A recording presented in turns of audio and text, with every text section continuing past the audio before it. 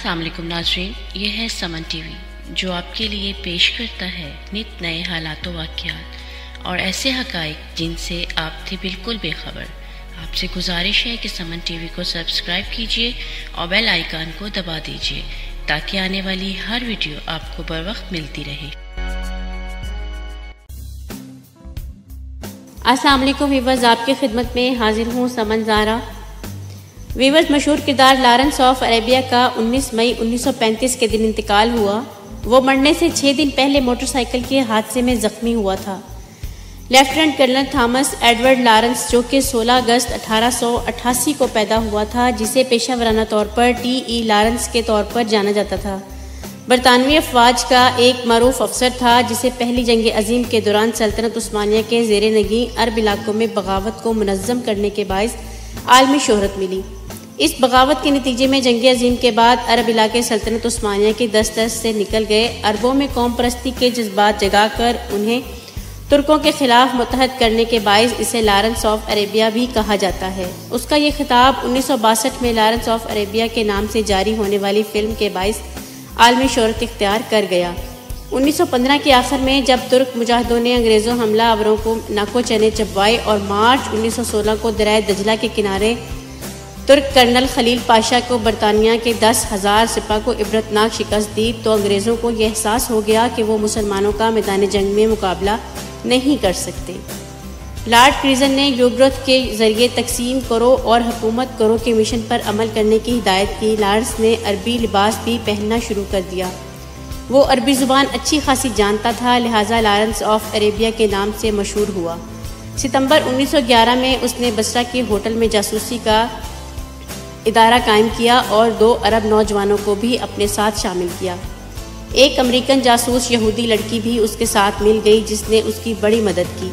वो इंतहाई खूबसूरत थी। उसने अरबी नौजवानों पर दायमे हुस्न डालकर तुर्कों की बेखगिनी शुरू कर दी। अंग्रेज़ों ने लॉरेंस को हिदायत की कि वो बर्लिन से बगदाद जाने वाली रेलवे लाइन से मुतल्लिक इतलात लंदन पहुँचाएँ और ऐसे अफराद का इंतखाब करें जो ज़मीर फरोश होने के साथ साथ बाअसर भी हों।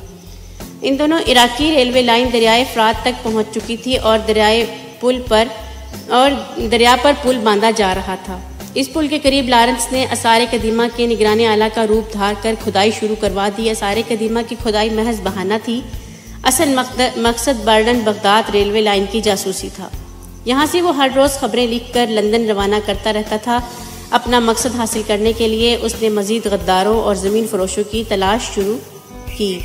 काफ़ी कोशिशों के बाद उसने तुर्क पार्लियामेंट के रुकन सलमान फैज़ी का इंतखाब किया और खतीर रकम का लालच देकर उसको अपना हमनवा बनाने की कोशिश की। फैज़ी ने बड़ी हकारत से उसकी पेशकश को ठुकरा दिया और धक्के मारकर लॉरेंस को निकाल दिया। लॉरेंस बड़ा अक्लमंद और जहान दीदा था। उसने सलमान फैज़ी से किनारा कशी इख्तियार कर ली और काफ़ी गौर व फिक्र के बाद फैसला किया कि बरतानिया के लिए काबिल एतमाद आलाकार और अपने ढब का गद्दार उसको पढ़े लिखे दौलतमंद और सियासी लोगों में से नहीं मिल सकता।